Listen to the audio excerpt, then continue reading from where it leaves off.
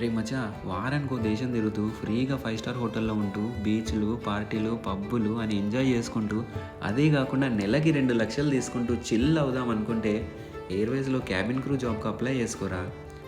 నేను చదివిన చదువుకి నాకేడొస్తుంది లేరా అనుకోకు. ఇంటర్ ఉంటే చాలరా. ఏజ్ 21 కంటే ఎక్కువ ఉండాలి.